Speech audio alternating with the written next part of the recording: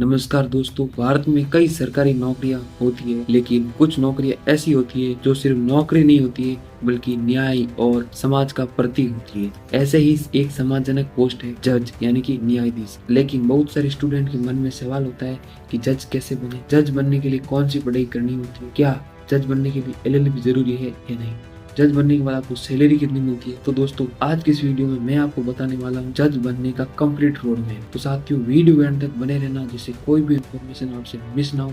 चलिए शुरू करते हैं आज का शानदार सा वीडियो। दोस्तों मैं हूं सुनील सांकला, आप देख रहे हैं गवर्नमेंट वैकेंसी वाला यूट्यूब चैनल। तो दोस्तों स्वागत करता हूं गवर्नमेंट वैकेंसी वाला फैमिली में। तो दोस्तों सबसे पहले हम ये जान लेते हैं कि जज क्या होता है। तो साथियों जज को हिंदी में न्यायाधीश कहा जाता है। जज का मुख्य काम होता है अदालत में केस को सुनना, कानून के आधार पर फैसला देना, अपराधी को सजा देना और निर्दोष को न्याय दिलाना।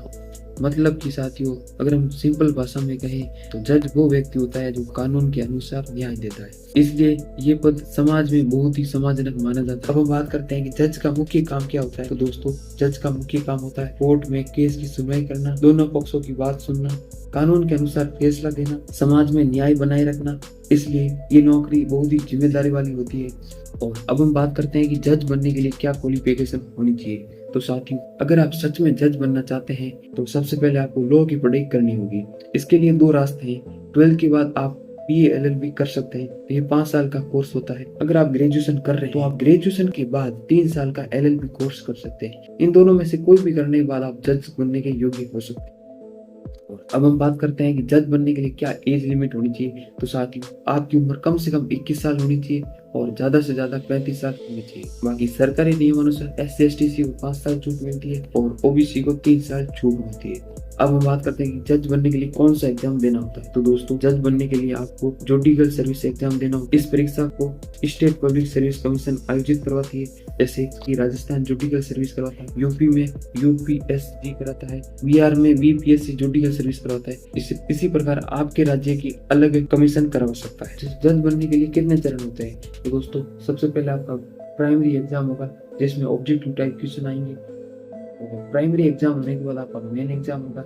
मेन एग्जाम में रिटन पेपर आएगा जिसमें आपको डिस्क्राइब करना होता है। उसके बाद होगा आपका इंटरव्यू जिसमें आपकी पर्सनालिटी चेक की जाएगी। इन 3 चरणों को पास करने के बाद आप सिविल जज बन सकते हैं। जज एग्जाम में मुख्य रूप से कौन कौन से सब्जेक्ट पूछे जाते हैं। तो दोस्तों इंडियन कॉन्स्टिट्यूशन, IPC यानी कि इंडियन पेनल कोड, CPC यानी कि civil procedure code, criminal law, evidence act या कॉन्ट्रैक्ट लॉ। इसलिए लॉ की पढ़ाई बहुत ही मजबूत होनी चाहिए, नहीं तो आप जज नहीं बन पाएंगे। तो दोस्तों अब हम बात करते हैं कि जज बनने के लिए कंप्लीट रोड मैप क्या है। तो साथियों अगर आपका जज बनने का सपना है तो अब ये सपना आपकी हकीकत में बदलने जा रहा है, क्योंकि अब मैं आपको बता रहा हूँ जज बनने का कंप्लीट रोड मैप। दोस्तों सबसे पहले आपको 12th पास करनी है।